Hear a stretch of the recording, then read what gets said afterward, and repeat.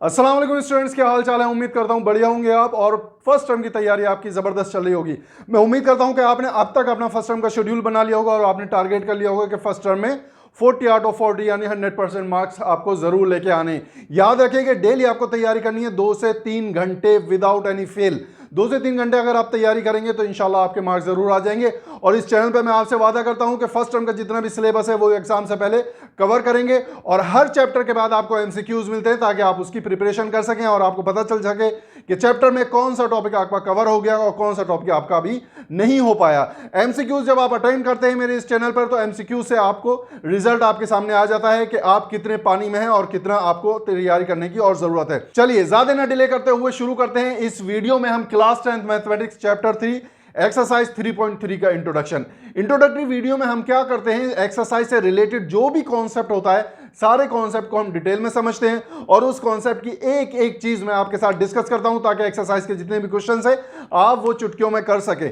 हम इस टॉपिक को बिल्कुल डिटेल में पढ़ने वाले हैं, लेकिन सबसे पहले देखते हैं हमारा टॉपिक क्या है। हमारा टॉपिक यहां पर है algebraic method of solving a pair of linear equations. जैसे मैंने आपको बताया था पेयर ऑफ लीनियर इक्वेशन को सॉल्व करने के लिए दो मेथड यूज होते हैं। सबसे पहले ग्राफिकल मेथड, दूसरा अलजेब्रिक मेथड। ग्राफिकल मेथड अगर आप समझना चाहते हैं तो यहां आई बटन पे मेरी वीडियोस अवेलेबल होंगी, आप यहां पर जाकर ग्राफिकल मेथड जो है वो समझ सकते हैं और अंडरस्टैंड कर सकते हैं कि ग्राफिकल मेथड से हम किस तरह से pair of linear equation solve करते हैं। इस वीडियो में हम देखेंगे algebraic method for solving a pair of linear equation.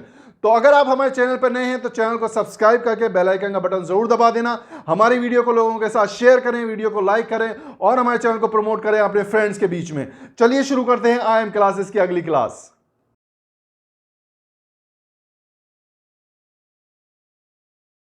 चलिए दोस्तों, जैसे आपको पता है कि दो तरह के मेथड होते हैं तो solve the pair of linear equation. Solution में हमने देखा था कि एक मेथड होता है ग्राफिकल मेथड, ये हम पढ़ चुके हैं, ठीक है। ग्राफिकल मेथड में आपने क्या देखा, तीन तरह का कंडीशन होती है। अगर ग्राफ दोनों लाइंस अगर इंटरसेक्ट कर रही होती हैं एक पॉइंट पर तो क्या होता है, यूनिक सॉल्यूशन होता है। ये सिर्फ मैं रिवीजन आपको करा दूं जल्दी से। दूसरी अगर कोइंसाइड कर रही होती हैं तो इनफाइनाइट मैनी सॉल्यूशन होते हैं। ये क्या कर रही हैं, इंटरसेक्ट कर रही हैं यहाँ पर लाइन। तीसरी क्या होता है, लाइन जो है पैरेलल्स होती हैं, पैरेलल लाइंस को हम क्या इसमें हम कहते हैं infinite many solution. Parallel lines में आपको होता है नो सॉल्यूशन, ठीक है। अब दूसरा मेथड क्या है, अलजेब्रिक मेथड। अलजेब्रिक मेथड क्या है, अलजेब्रिक मेथड तीन तरह का है यहाँ पर। सबसे पहले क्या है, सब्स्टिट्यूशन मेथड। दूसरा मेथड है आपका एलिमिनेशन मेथड, ठीक है, एलिमिनेशन मेथड। एंड तीसरा है क्रॉस मल्टीप्लिकेशन मेथड। तो ये तीनों मेथड जो होते हैं अलजेब्रिक मेथड होते हैं to find the solution of pair of linear equation. अच्छी बात यहां पर यह है कि हम पढ़ेंगे substitution method, elimination method and cross multiplication method हम नहीं पढ़ेंगे। उसकी वजह यह है कि क्रॉस मल्टीप्लिकेशन मेथड आपका सिलेबस से एलिमिनेट हो गया है, यानी सेशन 2021 एंड 22 में आपका फर्स्ट टर्म में क्रॉस मल्टीप्लिकेशन मेथड नहीं आने वाला। क्लास 10 के सिलेबस से ये एलिमिनेट हो गया है पूरा मेथड। तो क्रॉस मल्टीप्लिकेशन नहीं पढ़ेंगे, हम सिर्फ दो मेथड पढ़ेंगे, सब्स्टिट्यूशन और एलिमिनेशन मेथड। यहां पर सबसे पहले हम देखेंगे सब्स्टिट्यूशन मेथड क्या होता है, ठीक है। सब्स्टिट्यूशन मेथड, तो मैं आपको यहां पर यह बता दूं कि ये जितने भी मेथड हैं ये सिर्फ सॉल्व करने के लिए मेथड हैं, कि पेयर ऑफ लीनियर इक्वेशन का सॉल्यूशन निकालने के लिए मेथड है। सॉल्यूशन मैंने आपको बताया था कि सॉल्यूशन किसे कहते हैं। सॉल्यूशन अगर कोई दो लीनियर इक्वेशन है a1x plus b1y plus c1 is equal to 0, a2x plus b2y plus c2 is equal to 0, तो सोल्यूशन क्या होगा, मान लीजिए x की वैल्यू x1 है, y की वैल्यू y1 है, ये दो पॉइंट हैं x1 y1। सोल्यूशन वो होगा कि ये दोनों वैल्यूज इक्वेशन 1 एंड इक्वेशन 2 दोनों को at the same time simultaneously दोनों को सेटिस्फाई करेंगी। दोनों को जब ये वैल्यू सेटिस्फाई करेंगी तभी इसको सोल्यूशन कहेंगे। और अगर ये एक सोल्यूशन है तो यूनिक सोल्यूशन कहलाएगा, और इस तरह की बहुत सारी वैल्यूज हैं तो इनफाइनाइट मैनी सोल्यूशन कहलाएगा। या फिर अगर कोई भी वैल्यू नहीं आ रही जो दोनों इक्वेशन को सेटिस्फाई करे, ऐसी कोई भी वैल्यू नहीं है तो पैरेलल लाइंस होंगी यानी नो सोल्यूशन कहलाएगा। तो मैंने आपको ये बताया था कि सॉल्यूशन एक्चुअली क्या होता है, किसी भी लाइन के ऊपर आपको पता है कि लीनियर इक्वेशन हमेशा स्ट्रेट लाइन प्रोड्यूस करती है, ठीक है, स्ट्रेट लाइन प्रोड्यूस करती है। लीनियर का मतलब ये है डिग्री 1 है आपकी और स्ट्रेट लाइन प्रोड्यूस होगी, तो स्ट्रेट लाइन के ऊपर जितने भी पॉइंट्स लाई करेंगे, ठीक है, यहाँ हम 2 डायमेंशन की बात कर रहे हैं, एक्स एक्सिस और वाई एक्सिस की बात कर रहे हैं, तो कोई भी पॉइंट जो होगा वो रिप्रेजेंट होगा x1 y1 से। इस पॉइंट को हम मान लेते हैं ये x3 y3 से। तो जितने भी पॉइंट होंगे लाइन के ऊपर वो उस लाइन का सॉल्यूशन होंगे, यानी वो पॉइंट्स जो हैं उस लाइन को सेटिस्फाई कर रहे होंगे। तो ये बात हो गई सॉल्यूशन की। चलिए अब आगे चलते हैं और देखते हैं सब्स्टिट्यूशन मेथड डिटेल में, और एक एग्जांपल के साथ आपको समझाऊंगा कि सब्स्टिट्यूशन मेथड कैसे यूज करते हैं to find the solution of pair of linear equation. Video को पॉज करके अगर चाहें तो इसको उतार लीजिए। चलिए स्टूडेंट्स, अब यहां पर देख लेते हैं substitution method of solving pair of linear equation. जैसा कि नाम सजेस्ट कर रहा है, यहां पर क्या लिखा हुआ है, सब्स्टिट्यूशन, यानी सब्स्टिट्यूट करेंगे एक वेरिएबल की वैल्यू दूसरे वेरिएबल की जगह पर, ठीक है। सबसे पहले हम क्या करेंगे, find out the value of one variable in terms of other variable, ठीक है। सबसे पहले तो ये फाइंड करेंगे, फिर क्या करेंगे, सब्स्टिट्यूट करेंगे उस वैल्यू को, substitute the value of a variable, ठीक है। ये अभी आपके समझ में नहीं आएगा, सबसे पहले एग्जाम्पल देख लेते हैं और ये वाले पॉइंट्स भी मैं आपको लिखवाऊंगा। कैसे देख लेते हैं example, x minus 2y is equal to 0 and कौन सी इक्वेशन है, 3x plus 4y is equal to 20। ये आपके पास दो इक्वेशन है। मैंने ये इक्वेशन जानबूझ के प्रीवियस एक्सरसाइज से उठाई है, ठीक है, यानी प्रीवियसली जो आपकी एक्सरसाइज 3.2 थी उसके एग्जाम्पल से ये वाली मैंने उठाई है, क्योंकि ये आसान है इसलिए आसानी से समझ में आ जाएंगी। तो सबसे पहले हम क्या करेंगे, मेथड को बहुत ध्यान से देख लीजिएगा। सबसे पहले हम क्या करेंगे, दोनों को लेबल कर लेते हैं इक्वेशंस को। ये इक्वेशन 1 मान ली, ये इक्वेशन 2 मान ली। अब हम क्या करेंगे, सबसे पहले हम क्या करेंगे कि लेबल करने के बाद हम जो भी आसान हमारे पास इक्वेशन है, जो भी इजी इक्वेशन आपको लग रही है उसको उठा लीजिए फ्रॉम इक्वेशन 1। इक्वेशन 1 से क्या आएगा, x minus 2y is equal to 0 है, तो यहां पर x की वैल्यू क्या आ जाएगी, 2y आ जाएगी, यानी 2y इधर चला जाएगा इज इक्वल टू के, तो प्लस में हो जाएगा। x की वैल्यू आ गई 2y, इसको हमने मान लिया इक्वेशन 3। देखते रहिएगा बहुत ध्यान से। अब क्या करेंगे, सब्स्टिट्यूट करेंगे। अब वैल्यू हम यहां से शुरू हो गया हमारा, substitute the value of x। अब किस इक्वेशन में x की वैल्यू सब्स्टिट्यूट करें, 1 में। 1 से तो आपने शुरू ही किया था, 1 में अगर लिखेंगे तो 0 इक्वल टू 0 आ जाएगा। तो भाई जिस इक्वेशन से आपने वेरिएबल की वैल्यू निकाली है, चाहे x की चाहे y की, डजेंट मैटर, x की वैल्यू निकाली y के टर्म में, x is equal to 2y, तो जिस भी इक्वेशन से निकाली है उससे जो दूसरी इक्वेशन है उसमें पुट करेंगे। Substitute the value of x in equation 2।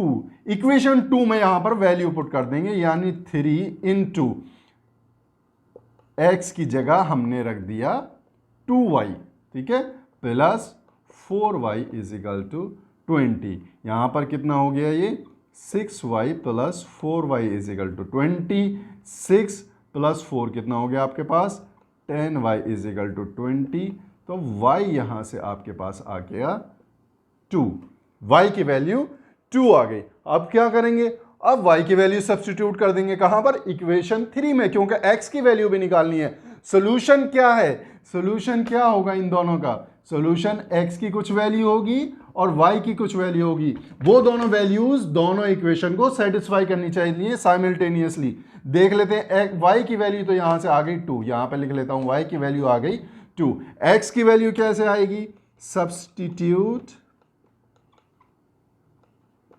The value of y in equation 3, ये जो 3 इक्वेशन है x is equal to 2y, यहाँ पर y की वैल्यू सब्स्टिट्यूट कर देंगे, यानी x is equal to 2 into 2, x is equal to हो गया आपके पास 4, यानी x की वैल्यू आ गई 4 एंड y की वैल्यू यहाँ पर आ गई 2 आपके पास। देख रहे हैं आप, यहां पर क्या किया आपने, जिसे मैंने क्या लिखा था, find the value of one variable in terms of other variable, find the value of one variable in term of other variable, substitute the value of the variable, substitute the value of variable. अब equations में variable की value रख देंगे, तो ये हो गया भाई पूरा सब्स्टिट्यूशन मेथड। बस यही सब्स्टिट्यूशन मेथड है। आपके पास जो वैल्यूज आ गई 4 एंड 2, दोनों वैल्यूज इसको सेटिस्फाई कर रही हैं या नहीं कर रही हैं, ये आप यहां पर वेरीफाई कर लेंगे। तो वेरिफिकेशन भी मैं आपको यहां पर दिखा देता हूं, ठीक है। वेरिफिकेशन देख लीजिए, वेरीफाई कैसे करेंगे, इक्वेशन 1 उठा लेते हैं यहां से, x minus 2y is equal to 0, x की वैल्यू क्या है 4, minus 2 into 2 is equal to 0, 4 minus 4 is equal to 0, hence 0 is equal to 0, left hand side is equal to right hand side. हो गया ना प्रूफ आसानी से। अगर आपको आंसर नहीं पता, आपको कंफ्यूजन आ रहा है कि आंसर मेरा पता नहीं सही है या गलत है, 100% आप वेरीफाई करके देखेंगे। वेरीफाई करने के बाद फर्स्ट इक्वेशन वेरीफाई हो गई, सेकंड इक्वेशन भी वेरीफाई होनी चाहिए, यानी 3x plus 4y is equal to 20।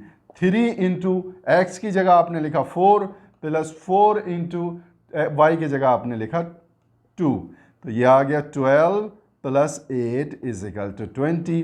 12 plus 8 आपके पास 20 होता है, is equal to 20। Left hand side is equal to right hand side. आप देख रहे हैं, इस तरह से आपने वेरीफाई कर लिया। तो स्टूडेंट्स, ये है सब्स्टिट्यूशन मेथड। आपको दो इक्वेशन दी हुई हैं, पेयर ऑफ लीनियर इक्वेशन का मतलब दो इक्वेशन आपको दी हुई हैं। सबसे आसान जो इक्वेशन है वो आपने चूज करनी है।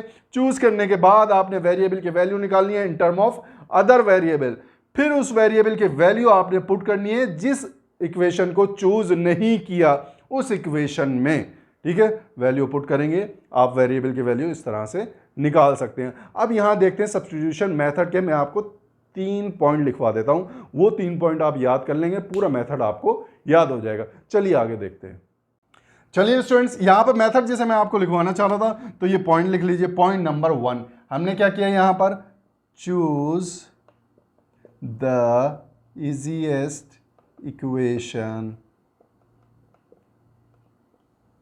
ठीक है। इन्हीं के सामने लिख रहा हूं ताकि आपको याद रखे कि मैंने किस तरह से मेथड फॉलो किया था। Choose the easiest equation and find the value of one variable in term of other.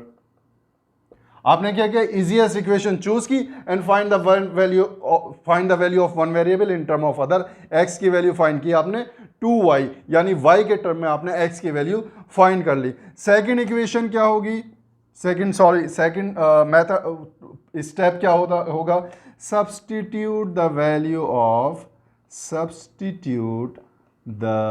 Value of variable in other equation, ठीक है। अदर इक्वेशन यहां क्यों लिखा है, जो इक्वेशन इजीएस्ट इक्वेशन यहां पे चूज की है उस इक्वेशन में नहीं रखना आपने वैल्यू।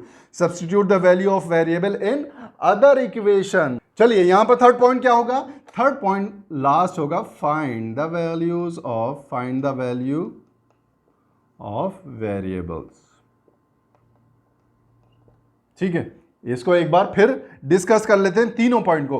पहला पॉइंट क्या है, ये मैंने पॉइंट सारे खुद बनाए हैं, ठीक है।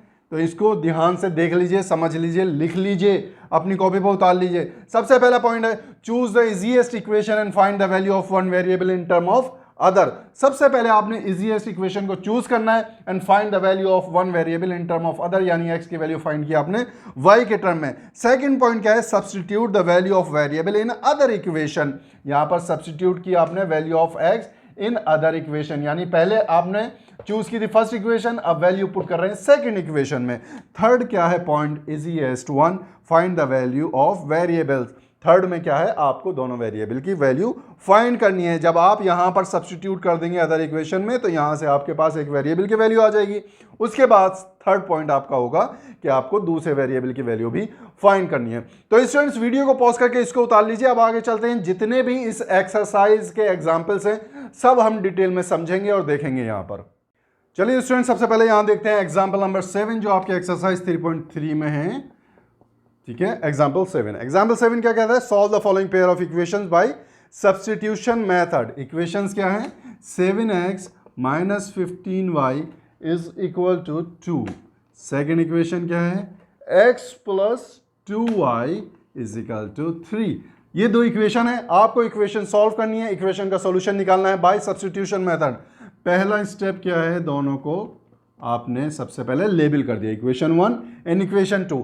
मैंने आपसे कहा था कि चूज द इजीएस्ट इक्वेशन, जो सबसे आसान आपको लगे वो इक्वेशन आपने चूज करनी है और वेरिएबल की वैल्यू निकालनी है इन टर्म ऑफ अदर वेरिएबल। मैं चूज करता हूं, इसको नहीं चूज कर रहा, बड़ी बड़ी वैल्यूज हैं, टेंशन लेने की जरूरत नहीं है। सबसे इजी वैल्यू यहां पर चूज करता हूं, इक्वेशन 2।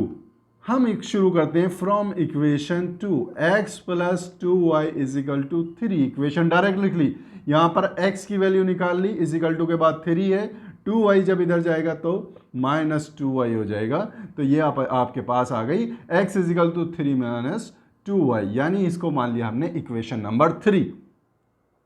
ठीक है, स्टेप 2 क्या है, substitute the value of this variable in term of another equation, यानी इक्वेशन 1। क्या करेंगे, substitute the value of x in equation 1, क्योंकि इक्वेशन 2 तो हम लेकर चल रहे हैं, इक्वेशन 1 में रखेंगे हम x की वैल्यू, यानी 7 मल्टीप्लाई बाई x की जगह क्या रखना है, 3 minus 2y minus 15y is equal to 2। ठीक है, ये आपके पास आ गया। अब इसको सॉल्व कर देते हैं, 7 की जब अंदर मल्टीप्लाई करेंगे, 7 3 से 21 minus 14y minus 15y is equal to 2। यहां पर दोनों लाइक इक्वेशन के लाइक टर्म है y की, तो दोनों क्या हो जाएंगी, ऐड हो जाएंगी। Minus 29 is equal to 2 minus 21 इधर जाएगा तो माइनस में हो जाएगा माइनस 21। 2 माइनस 21 कितना होगा, माइनस 19, ये होगा 29y। ठीक है, सॉरी, तो y इज इक्वल टू क्या होगा यहां पर, माइनस 19 डिवाइड बाई माइनस 29। 19 के नीचे चला जाएगा माइनस 29, क्योंकि मल्टीप्लीकेशन में y की वैल्यू आ गई आपके पास 19 डिवाइड बाई 29। ठीक है, ये y की वैल्यू आ गई। अब आपको क्या निकालना है, x की वैल्यू निकालना है। यहां पर आप x की वैल्यू आसानी से निकाल सकते हैं, substitute the value of y in equation 3 equation जो आपने मानी थी, यहां पर y की वैल्यू रख दी, यानी x is equal to 3 minus 2 multiply by 19 divide by 29, जो आपके हो देगा 3 माइनस 2 की मल्टीप्लाई कर देंगे 39 में, आपके पास आ जाएगा 38 डिवाइड बाई 29। अब देख लीजिए यहां पर एलसीएम ले लीजिए 29 यहां पर, तो 3 मल्टीप्लाई बाई 29 माइनस 38, ये आपके पास क्या देगा, 3 की जब मल्टीप्लाई 29 में क्या करेंगे, 27, 3 2 6 एंड 2 8 माइनस 38 डिवाइड बाई 29। 17 में से 8 गया 9 और ये 7 बच गया, 7 में से 3 गया 4, 49 डिवाइड बाई 29, ये x की वैल्यू हो गई। ठीक है, x की वैल्यू हो गई 49 डिवाइड बाई 29 एंड y की वैल्यू हो गई 19 डिवाइड बाई 29। यहां पर आपका सॉल्यूशन निकल गया। ठीक है, तो अगर आप चाहें तो वीडियो को पॉज करके इसको उतार लीजिए। अब आगे चलेंगे और एग्जाम्पल 8 आप खुद करेंगे, हम देखेंगे एग्जाम्पल 9। चलिए स्टूडेंट्स, यहां देखते हैं एग्जाम्पल नंबर 9। एग्जाम्पल 9 काफी इंटरेस्टिंग है, बहुत ही ध्यान से समझिएगा इसको, हम इसको डिटेल में एक्सप्लेन करेंगे। एग्जाम्पल 9 क्या कहता है, let us consider example 2 in section 3.3 section में एग्जाम्पल 2 क्या था, the cost of 2 pencils and 3 eraser is 9 and the cost of 4 pencil and 6 eraser is 18, find the cost of each pencil and each eraser. तो यहां पर direct आप जो है equation बना सकते हैं। सपोज कर लेते हैं, सपोज द कॉस्ट ऑफ, सबसे पहले cost of pencil and cost of eraser की बात हो रही है। कॉस्ट ऑफ पेंसिल मान लीजिए x and the cost of eraser आपको दे रखा है y। कंडीशन आपको क्या दे रखी है? The cost of 2 pencil and 3 eraser is 9। Cost of 2 pencil plus 3 eraser is 9। इसको मान लिया इक्वेशन 1। सेकेंड कंडीशन आपके पास क्या है? The cost of 4 pencil and 6 eraser is 18। Cost of 4 pencil 4x plus 6 eraser is 18। इसको मान लिया आपने इक्वेशन 2। अब ये सॉल्व करना है आपको सब्स्टिट्यूशन मेथड से। कैसे सॉल्व करेंगे? चलिए आगे यहां पर देख लेते हैं। स्टेप 1 क्या है? Choose the easiest equation. Choose the easiest equation and find the value of variable in term of another variable.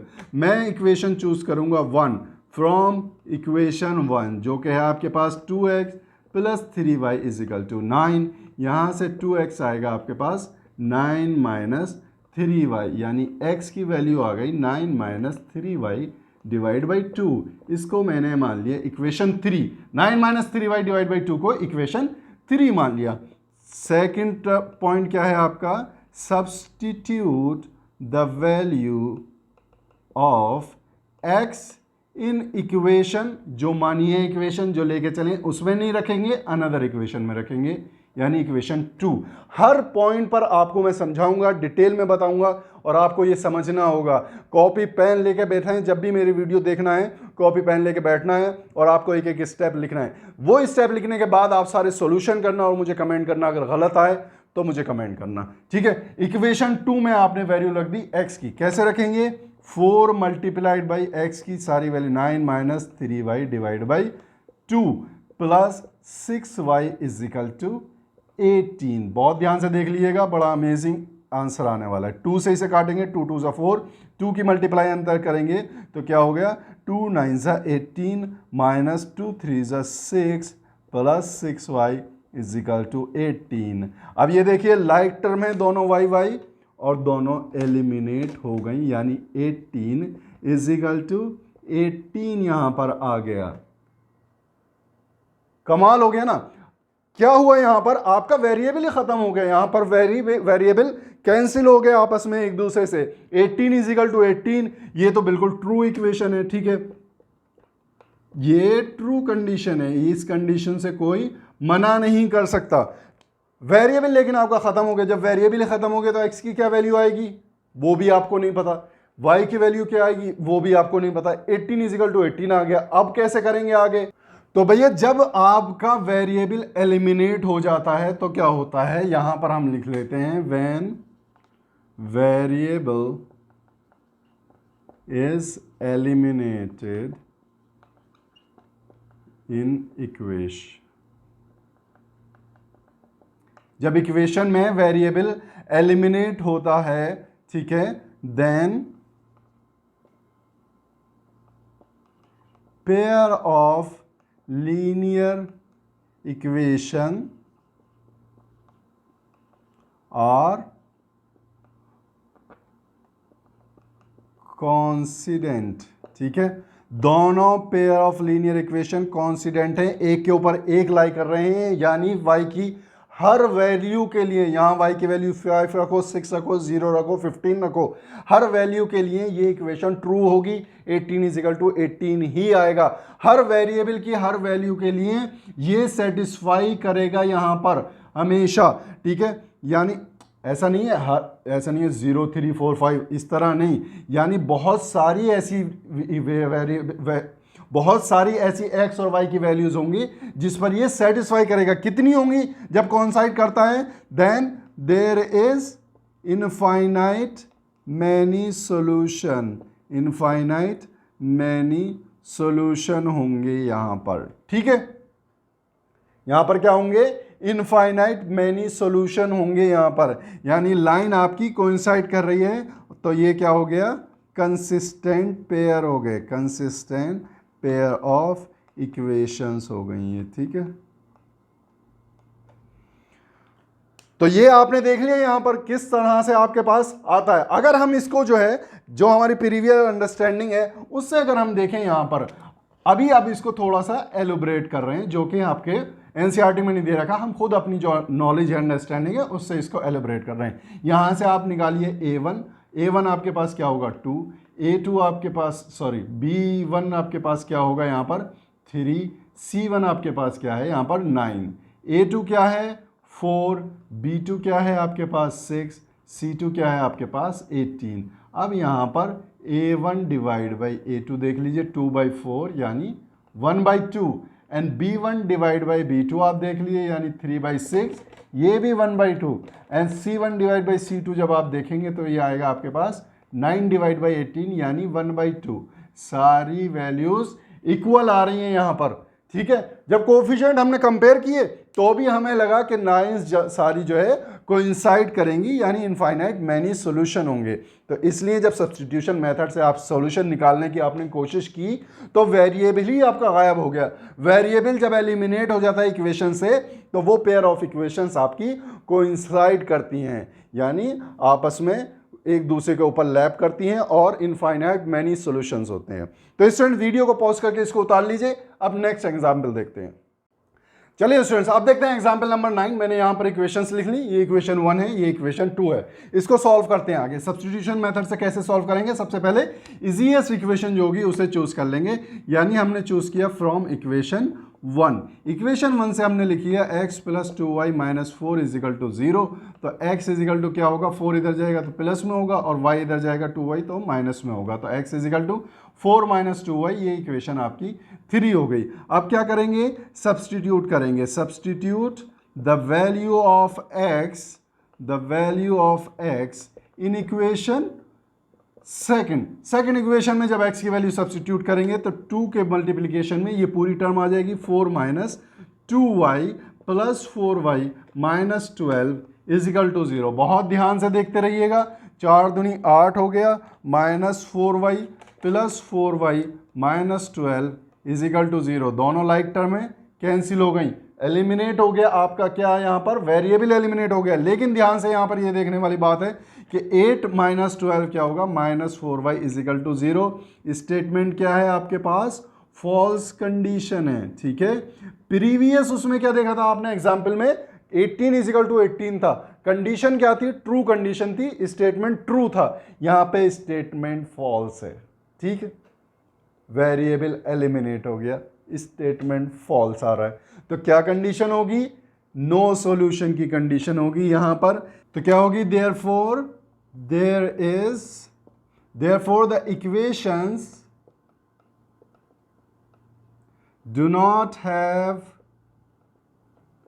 Common solution. Common solution का मतलब यूनिक सॉल्यूशन भी नहीं है और इनफाइनाइट मैनी सॉल्यूशन नहीं है, क्योंकि स्टेटमेंट आपका फॉल्स आ रहा है। हेंस नो सॉल्यूशन, ठीक है। विच मीन्स लाइन्स आर, आगे चलते हैं, लाइन्स आर पैरेलल, ठीक है। कॉन्सेप्ट सारे चेक कर लेते हैं यहाँ पर, लाइन्स पैरेलल है। अब अगर आप चाहें तो इसको वेरीफाई कर लीजिए, किससे, कोफिशिएंट से। A1 क्या है यहाँ पर 1, B1 क्या है यहाँ पर 2, C1 क्या है -4, A2 क्या है यहाँ पर 2, B2 क्या है यहाँ 4 एंड C2 क्या है -12। यहाँ पर कंपेयर करेंगे इसको स्टैंडर्ड इक्वेशन से तो ये आएगा A1 divide by A2 half, B1 divide by B2 2/4 जो कि है half, C1 divide by C2 -4 by -12, 4 एकम 4, 4 तिया 12, 1/3। ये देख लीजिए 1/2 इक्वल है A1 divide by A2 equal to B1 divide by B2 is not equal to C1 divide by C2। Condition किसकी है, पैरेलल लाइंस की कंडीशन है, ठीक है। पैरेलल लाइंस है यानी नो सॉल्यूशन की कंडीशन है, यानी इनकंसिस्टेंट पेयर है। सारे कॉन्सेप्ट एक ही चीज में हम यहां पर देखेंगे, इनकंसिस्टेंट पेयर ऑफ लाइन है, सब चीजें यही देख लेंगे यहां पर, ठीक है। अब आपके लिए एक काम करिए, वीडियो को पॉज करके इसको उतार लीजिए। 2 पॉइंट लिखेंगे यहां पर आपके लिए जो हमने लास्ट 2 एग्जाम्पल में देखे। चलिए स्टूडेंट, एग्जाम्पल 9 और 10 में हमने दो कंडीशन देखी, उन दो कंडीशन को हम यहां पर पॉइंट में लिख देते हैं और ये पॉइंट आपने नोट करने हैं, ये एमसीक्यूज में आ सकते हैं, डायरेक्ट क्वेश्चंस, ठीक है। पॉइंट क्या है, इफ वेरिएबल इज एलिमिनेटेड, यानी वेरिएबल आपका खत्म हो गया, ठीक है, इन एनी इक्वेशन, वेरिएबल खत्म हो गया किसी भी इक्वेशन में, ठीक है, और स्टेटमेंट जो आ रहा है, स्टेटमेंट इज ट्रू, वो स्टेटमेंट आपका ट्रू आ रहा है, तो क्या होगा इस कंडीशन में कि लाइंस विल कोइंसाइड, ठीक है,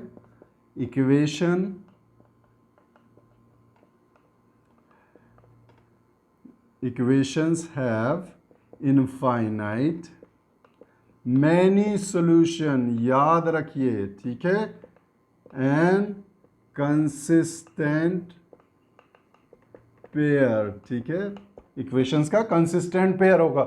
वेरिएबल एलिमिनेट हो गया किसी भी इक्वेशन में, वेरिएबल एलिमिनेट होने के बाद आपने देखा स्टेटमेंट ट्रू है, जैसे हमारे पास एग्जांपल आ रहा था 18 = 18 यहां पर, ठीक है, 18 = 18 आपके पास स्टेटमेंट आ रहा था, यानी एक ट्रू स्टेटमेंट आ रहा था। 0 = 0 भी हो सकता है, 4 = 4 भी हो सकता है। तो इस तरह जितने स्टेटमेंट है, यानी right hand side = left hand side आपके पास अगर आ जाए, स्टेटमेंट ट्रू हो जाए, तो लाइंस कोइंसाइड करेंगी। कंडीशन क्या है, दो कंडीशन है, वेरिएबल खत्म होना चाहिए, स्टेटमेंट ट्रू होना चाहिए। सेकंड पॉइंट देख लीजिए यहां पर, सेकंड पॉइंट क्या है, if variable is eliminated, if variable is eliminated in any equation and your statement is false, then lines will be parallel, ठीक है, लाइन आपकी पैरेलल होंगी and equations have no solution, equation का कोई भी solution नहीं होगा, नो सोल्यूशन होगा, यानी इनकंसिस्टेंट पेयर होंगे वो आपके, ठीक है, इनकंसिस्टेंट पेयर ऑफ इक्वेशंस होंगी वो वहां पर, ठीक है। वीडियो को पॉज करके इसको उतारिए, ये 4 पॉइंट और 4 पॉइंट बहुत ज्यादा इंपॉर्टेंट है आपको समझने के लिए, ताकि ये वाला कंफ्यूजन ना हो जब आपके पास क्या होता है, वेरिएबल एलिमिनेट होता है, यानी 8 = 0 आ जाए, -4 = 0 आ जाए, 5 = 0 आ जाए, ये सारे फॉल्स स्टेटमेंट हैं यहाँ पर, ठीक है, 6 = 5 आ जाए, सारे फॉल्स स्टेटमेंट हैं। इस तरह के स्टेटमेंट अगर आएंगे आपके पास और वेरिएबल खत्म हो जाएगा, तो लाइंस हमेशा पैरेलल होंगी। तो स्टूडेंट्स, यहाँ पर आपको वीडियो कैसी लगी ये जरूर बताइएगा कमेंट में लिख के, हमारे चैनल को सब्सक्राइब करके बेल आइकन का बटन जरूर दबा देना। चलिए मिलता हूँ अगली वीडियो में नए कॉन्सेप्ट के साथ।